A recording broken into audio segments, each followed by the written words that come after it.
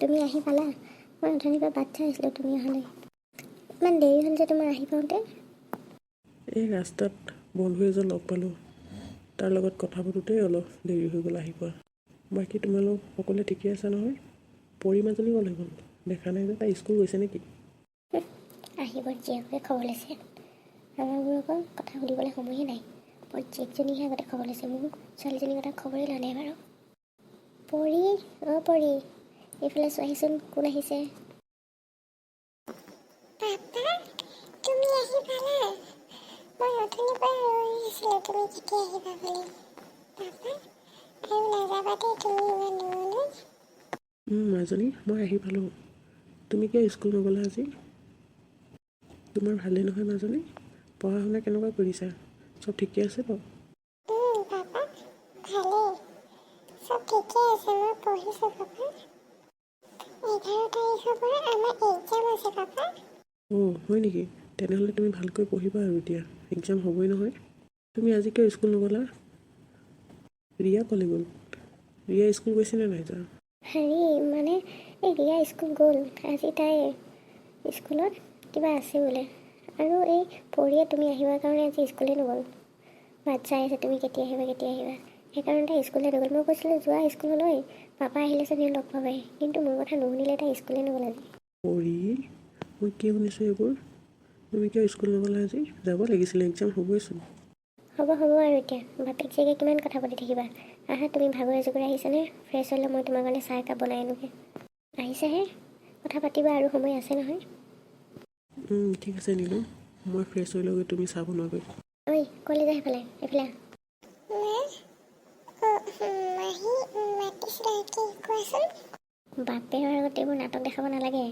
মাহী বুলি নামাতিবি বাপেৰৰ আগত, মা বুলি মাতিবি। বাপেৰে নহ'লে ক'ব মই শিকাইছোঁ মাহী বুলি মাতিবলৈ বুলি।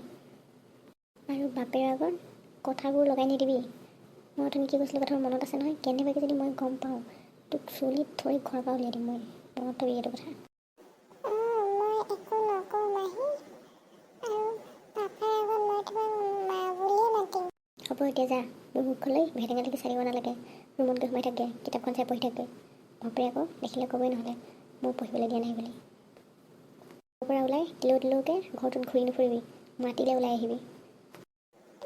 হ'ব মাহী।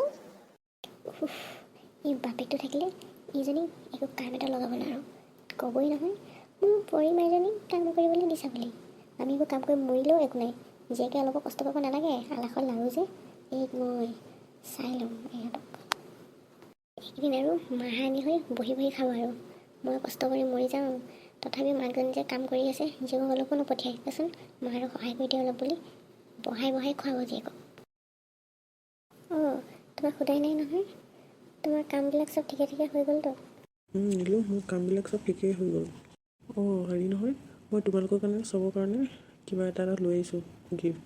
তাত বহুত ডাঙৰ মেলা পাতিছিলে, তেতিয়া গৈছিলোঁ তোমালোকৰ কাৰণে মই লৈ আহিছিলোঁ। কোৱাই নাই নহয়, ৰুমত থৈ দিছোঁ, চাবাগৈচোন। হয় নেকি? তুমি মোৰ আৰু ৰিয়াৰ কাৰণে গিফ্ট আনিছা? তোমাৰ আৰু ৰিয়া মাজনীৰ কাৰণে অকল নহয়, মই পৰি মাজনীলৈ আনিছোঁ। পৰিলৈনো কিয় আনিব লাগে? তাইচোন এনেও আছেই চব বস্তু। এনেই তুমি মিছাকৈ পইচা খৰচ কৰিনো কিয় আনিব লাগে? নিলো, এইটো আকৌ তুমি কি কথা কৈছা? মই তোমালোকৰ দুয়োজনীৰ কাৰণে আনিছোঁ আৰু পৰি মাজনীৰ কাৰণে নানিলে তাইৰ মনত দুখ নালাগিব জানো? তুমি জানিবই লাগিছিল এইটো কথা। মই যে তোমালোকৰ এজনীৰ কাৰণে নহয়, তিনিজনীৰ কাৰণে যিকোনো বস্তু আনিলে আনো। নহয় মানে মই সেইটো কথা ক'ব বিচৰা নাই। তাইচোন এনেও বস্তু থাকেই, তুমিচোন আনি দিয়ে থাকা। সেইকাৰণে কৈছিলোঁ নানাহেঁতেনো হয় বুলি। হ'ব নিলো, তুমি মোক বুজাব নালাগে। তুমি কি ক'ব বিচাৰিছা মই ভালদৰে জানো। মই তোমাৰ কথা নাজানিবলৈ নাই আৰু আজি এবছৰে তোমাৰ লগত মই সংসাৰ কৰিছোঁ। তুমি মানে কি ক'ব বিচাৰিছা মোক? চিধা নকয় কিয়? অকাই পকাই যে কথাটো যে কৈছা, কি ক'ব বিচাৰিছা তুমি মোক? তুমি যি বুজিছা ঠিকেই, মই কি ক'ব বিচাৰিছোঁ। আৰু তোমাক মই বেলেগে কৈ লাভ নাই। মই ভালদৰে জানো তোমাৰ কথা। তুমি ৰিয়া আৰু পৰি দুজনী সমান নাভাবা, সমান চকুৰে নোচোৱা তুমি। তোমালোকৰ তিনিজনীকে সমানেই চাওঁ আৰু মই তোমালোকৰ তিনিজনীকে সমানেই ভাবোঁ। কাকো মই কম বেছি মই নাভাবোঁ। তোমালোক তিনিও মোৰ কাৰণে একেই। তেনেহ'লে কি মই কলা বগা পাইছোঁ নেকি? মই ৰিয়াক যেনেকৈ মোৰ ছোৱালী বুলি ভাবোঁ, তেনেকৈ মই পৰিকো মোৰ ছোৱালী বুলি ভাবোঁ। থোৱা তোমাৰ কথা, তুমি কাক নিজৰ ছোৱালী পাবা মই ভালদৰে জানো, তুমি মোক ক'ব নালাগে। কিন্তু মই চব জানি বুজিও মই নজনা হৈ থাকোঁ, কাৰণ উপায় নাই। মাত্ৰ মই পৰীৰ কাৰণে তোমাক সহ্য কৰোঁ কিছুমান কথা। অঁ হয় নেকি? চব মানে জীয়েৰৰ কাৰণেই মানে? তেনেহ'লে মোক কিয় বিয়া কৰি আনিছিলে এখন ঘৰলৈ? চব যদি তোমাক মানে জীয়েৰেই হয়। মই তোমাক বিয়া কৰোৱাৰ আগতে মই তোমাক সুধিছিলোঁ যে মোৰ ছোৱালী পৰীক তুমি তোমাৰ নিজৰ ছোৱালীৰ দৰে মৰম দিব পাৰিবা নে নোৱাৰিবা, আৰু তুমি মোক তেতিয়া প্ৰতিশ্ৰুতি দিছিলা যে তুমি নিজৰ ছোৱালীৰ দৰে তাইক মৰম কৰিবা, কিন্তু সেয়া প্ৰতিশ্ৰুতি তুমি ৰাখিব নোৱাৰিলা। আৰু 11 তাৰিখে এক্সাম হ'ব হৈছে পৰিভাগৰ মেট্ৰিকৰ। তুমি তাইক স্কুললৈ পঠিওৱা নাই, নিজৰ ছোৱালীক স্কুললৈ পঠিয়াই দিছা। মই চব জানো তুমি মিছাকৈ কৈছা, তুমি পৰীক নিজেই স্কুললৈ পঠিওৱা নাই। এতিয়া দুখটো চব মোৰ ওপৰতে জাপি দিলা। তোমাৰ ছোৱালীয়ে নিজেই স্কুল যোৱা নাই আৰু মোক ক'বলৈ আহিছা মই পঠিওৱা নাই বুলি। হ'ব নীলু, তুমি ইমান হিংসা কৰি লাভ নাই। ভগৱান আছে নহয়, এদিন তুমি নিজেই গম পাবা। হিংসা কৰি পৰীক স্কুললৈ পঠিওৱা নাই, আৰু তুমি নিজৰ ছোৱালীক স্কুললৈ পঠিয়াইছা যাতে মেট্ৰিক পৰীক্ষাত পৰীয়ে ফেইল কৰক আৰু তোমাৰ ছোৱালীয়ে পাছ কৰক। কিন্তু চাবা নীলু, লাষ্টত গৈ উল্টাটোহে হ'ব। এই অহংকাৰ ভাৱ কাৰণে এদিন তুমি কান্দিবলৈ পাবা। থোৱা তোমাৰ কথা, মোক নালাগে।